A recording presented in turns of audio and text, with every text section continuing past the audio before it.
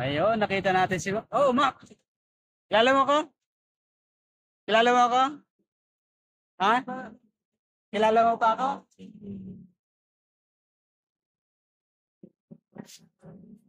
Kilala mo ako. Kilala mo. Kaya niya ba yung kanan?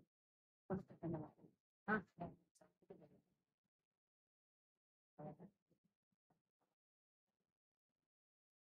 Ito si Macmac, yung aking binibigyan ito noon ako nagsimula pa Macmac. Ay, Macmac, kaya ka pagkain. Ay, binibigyan ba na binibigyan? Tsaka na, matagal akong hindi nakapalay. Ayun lang. Nahanap ka namin doon sa inyo. Punta ako sa bahay niyo. Madilim. Wala tao, wala. Paano niya kakarasin dito? Lakad-lakad siya. Dito siya dumadaan yung pinasok natin gate. Oo. Dito siya pumapasok, lakad ka. Yung tinanungan natin Napunta ka pa guard. dito? Anong pag-base nito? Sa St. Joseph. Pasig Joseph Village. Ganyan-ganyan lang siya maglakad. So, ayan, ganyan ang sitwasyon ni Macmac. Kaya naawa ako dyan. May hila-hila dati ang stroller, yung nangangalakal siya, nanlilimot ng plastic, mga bote, tapos mga bakal, binibenta niya, hila-hila niya yung stroller na ganyan. Kaya na-inspired ako sa kanya. Kaya kahit pa utay-utay lang, kahit pa unti-unti, sinisimulan na po natin.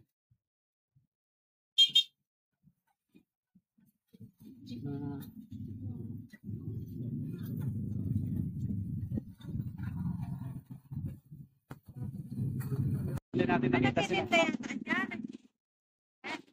dyan. Alam mo yan, Ate Mer, binigyan ko yung pagkain.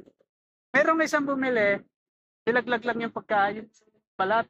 Pero siya, nagulat ako, nakita ko sa camera nung nire-review ko, yung basura niya, lagay talaga doon sa lagayan.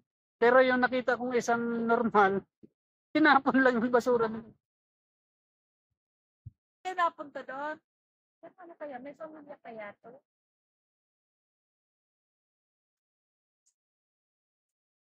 Ano? Pagkain niya. May marami natulong din sa kanya. Oh. Kumita na? Ha? Ayan.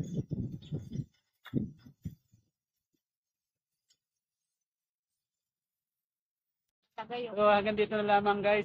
Sabangan nyo pa rin po yung aming mga gawain sa mga susunod na mga araw. Samahan nyo pa rin kami sa aming mga misyon. Ayan, sinakmak. Tuwa-tuwa siya. Kahit napakamunting bagay yun na yabot natin. Dapat-dapat pa sa puso ang yung kalakad, kasayahan sa bagay natin. So hanggang dito na lamang po at maraming salamat. God bless sa inyong lahat.